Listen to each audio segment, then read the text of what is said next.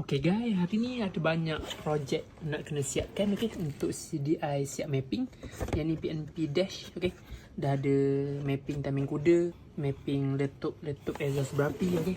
Jadi player LC, player wave 125 memang banyak lah pakai, okay. Player EFI.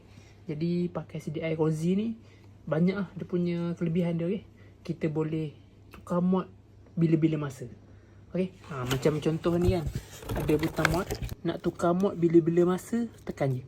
Sambil bawa kita boleh tekan. Nak mod highway ke, nak mod daily ke, nak mod timing kuda, tekan je, tiada masalah. Jadi untuk CDI siap mapping ni, okay, memang banyak lah, okay. Ni untuk sesi hari ni. Sekejap lagi ada lagi. Untuk CDI siap mapping ni memang tak boleh nak laju-laju lah, okay. Kalau kita buat tersalah data dia, memang tak jadi lah. Letup-letup tak jadi, timing kuda tak jadi. Jadi kena buat hati-hati, okay. Kena pastikan semua angka nombor tu betul, okay. Kawan-kawan jangan risau, okay. Siapa yang order, okay, nombor KIN-CDT ada yang ni je, okay.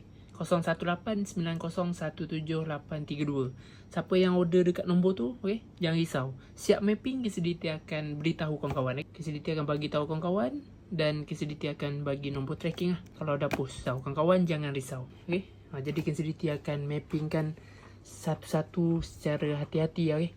Dan ada juga yang order issue racing daripada Red Leo. Jadi kat sini dia minta tolong KIN-CDT mapping kan lah untuk issue PNP LCV8, okay. Jadi untuk LCV8 ni dia pakai issue, okay.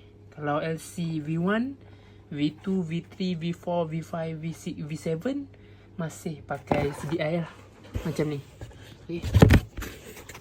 Kalau player yang dah start pakai LCV8 dah pakai issue macam ni, nampak tu, okay. Yang ni issue, okay. Yang ni CDI, macam ni lah bentuk dia.